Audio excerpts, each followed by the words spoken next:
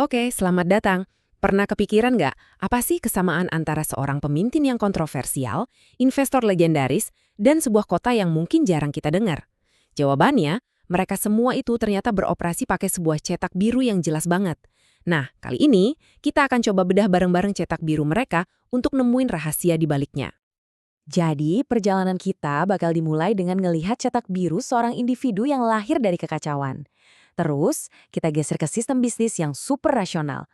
Lanjut lagi kita lihat strategi sebuah komunitas, dan di akhir, kita bakal kumpulin semua pelajarannya jadi satu. Oke, kita masuk ke studi kasus pertama, Donald Trump. Tapi tunggu dulu, ini bukan analisis politik ya. Kita cuma mau lihat gimana sebuah lingkungan yang super ekstrim bisa ngebentuk cetak biru yang ya bisa dibilang kejam buat menang. Kutipan ini, wah, ini bener-bener nangkep inti dari filosofinya. Intinya, menang dengan segala cara, bahkan kalau harus amoral sekalipun.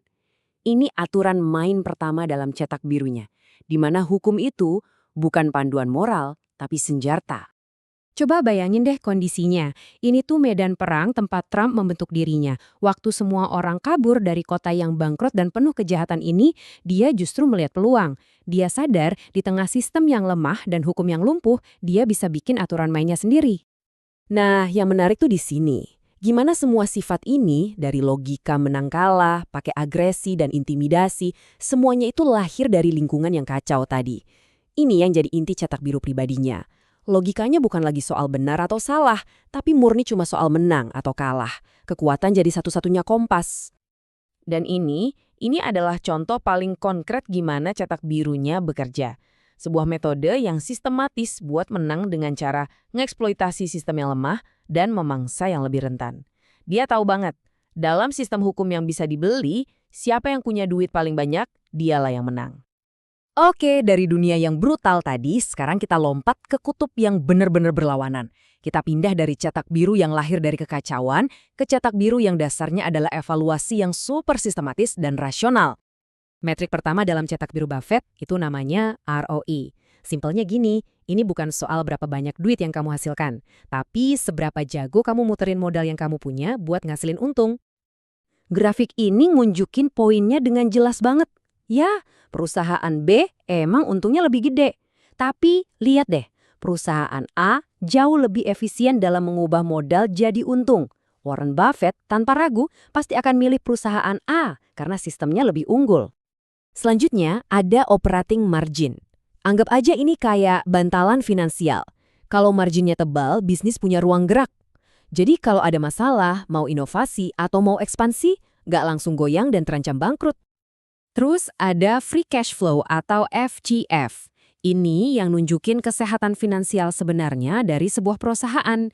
Ini duit tunai beneran yang tersisa, yang ngebuktiin kalau perusahaan itu mandiri dan nggak bergantung sama utang. Bisnis yang sehat itu FCF-nya selalu positif dan terus tumbuh. Tapi jangan salah, kerangka kerja Buffett itu bukan cuma soal angka loh. Cetak birunya juga ngelihat kesehatan timnya. Apakah produknya beneran dibutuhkan pasar, dan yang paling penting, selalu punya rencana B.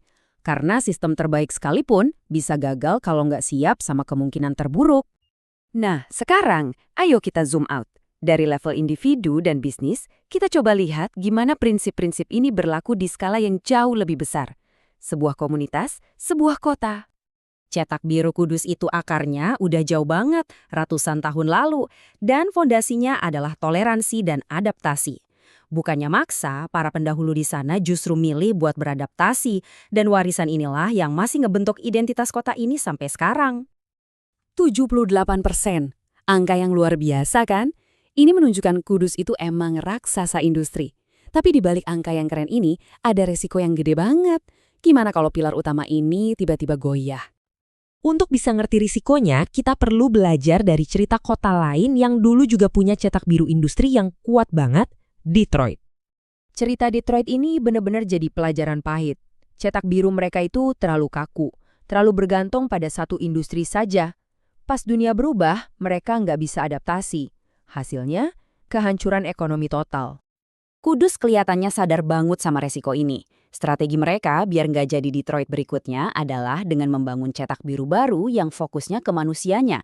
Bukannya latah ikutin tren kayak AI atau coding, mereka justru memprioritaskan fondasi. Mastiin generasi mudanya jago literasi dan matematika dulu. Kalau fondasinya kuat, mau ada tren apapun di masa depan, mereka bakal siap. Oke, kita udah lihat 3 studi kasus yang beda banget. Sekarang, waktunya kita tarik benang merah dari semuanya. Jadi, apa sih sebenarnya resep atau cetak biru utama buat sukses? Jadi, cetak biru yang benar-benar kuat itu ternyata bukan cuma salah satu dari ini, tapi kombinasi ketiganya. Kita harus pintar baca situasi seperti Trump, harus bisa ngukur kemajuan secara rasional kayak Buffett, dan yang paling penting, harus berinvestasi di fondasi yang kokoh seperti Kudus, biar bisa bertahan dan terus berkembang. Jadi, intinya begini. Entah itu kita lagi ngeliat seorang pemimpin, sebuah perusahaan, atau bahkan karir kita sendiri, coba deh cari tahu cetak biru di baliknya. Apa aturannya? Apa ukurannya? Apa fondasinya? Nah, pertanyaannya sekarang buat Anda, apa cetak biru untuk duniamu? Terima kasih sudah menyimak.